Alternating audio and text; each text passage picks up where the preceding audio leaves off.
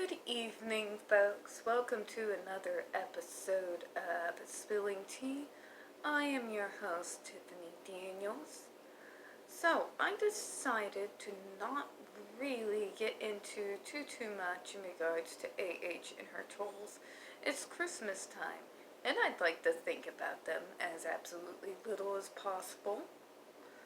So, we are going to start with some good news.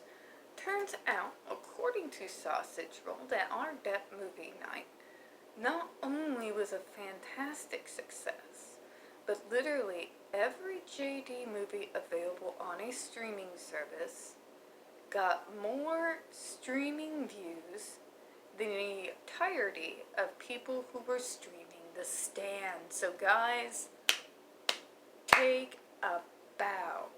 Take a bow. Alright, that's brilliant work. Congratulations. So I wanted to start with that. Now, also wanted to talk, and I'm just touching real briefly, because, yeah, I don't want to give the tinfoil hat crowd more airtime than I possibly had to. But boy, were they coming out of the woodwork this morning. So I don't know if some of you have ran into these trolls or not, but these are the special level folks who claim basically all of Hollywood is satanic, including JD, and that JD basically used River Phoenix as a sacrifice, or that Manson did. That's one story. The other ones is that River knew too much and JD had him whacked.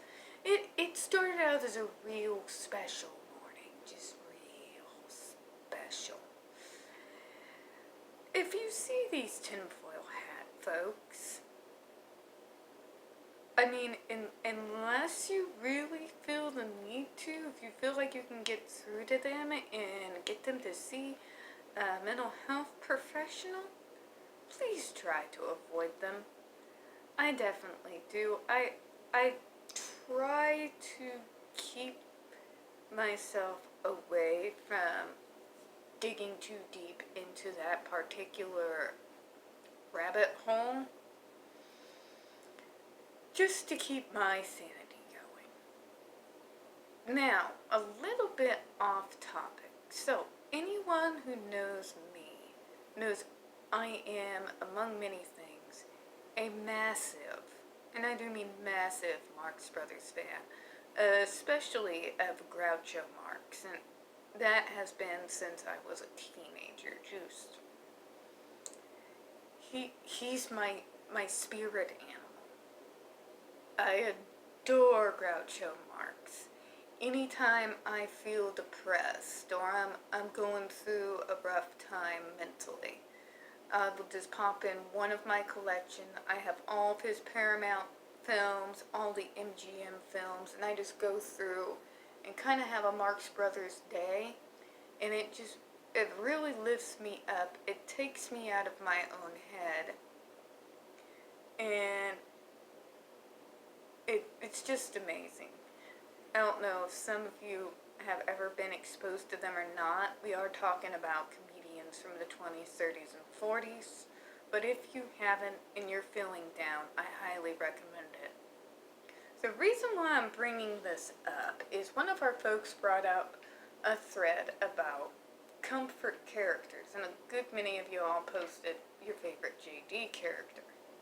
Now, as much as I do admire JD's body of work, and I really do, at the end of the day, when I need that comfort character, I generally end up going with Captain Spaulding.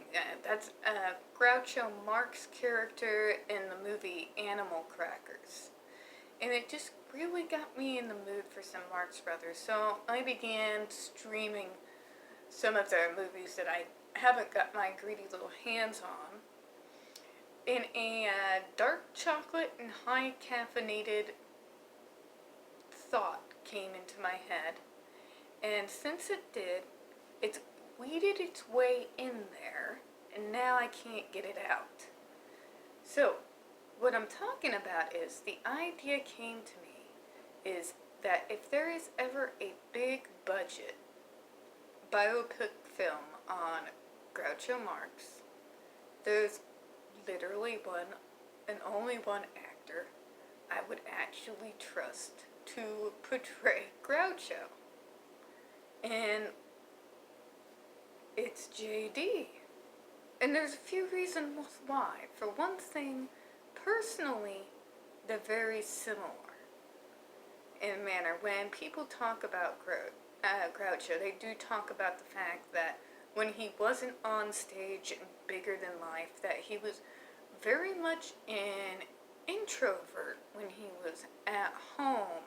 That he was more of the quiet type, and that he was very much the romantic and unlucky in love as it was, but very much a romantic, very much loved women. And how later on in his life he had, well, very similar things to what's going on with JD right now, only unfortunately for him, that took a very dangerous turn.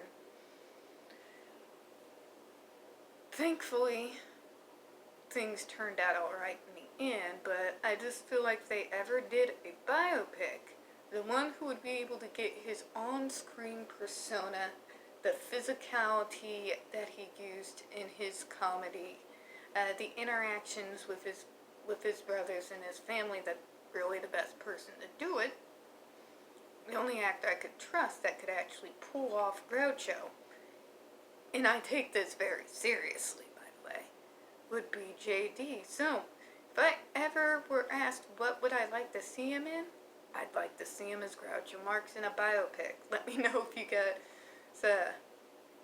would agree with me. If you don't know who Groucho Marx is and the Marx Brothers, shame on you. No, I'm kidding. I know a lot of people don't. But look those movies up. They may be old folks, but you can still get the same buzz off of them. You'll really enjoy them. And trust me, Groucho's one-liners are live. Alright. Enough of that. Now, I don't mean to brag at the end of this little video, but I'm going to.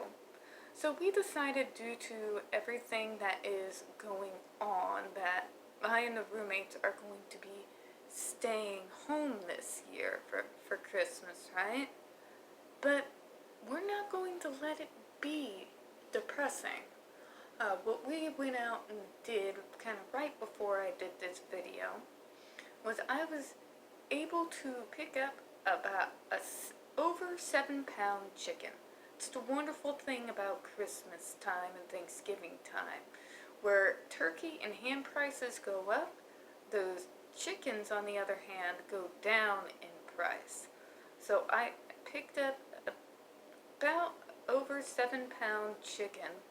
I got things to make the sage stuffing.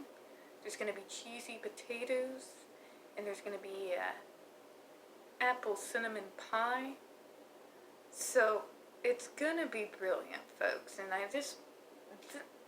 your Christmas doesn't have to be spoiled just because of what's going out in the world. And though people are talking about governments are canceling Christmas, the only way government can cancel Christmas is if you allow it to.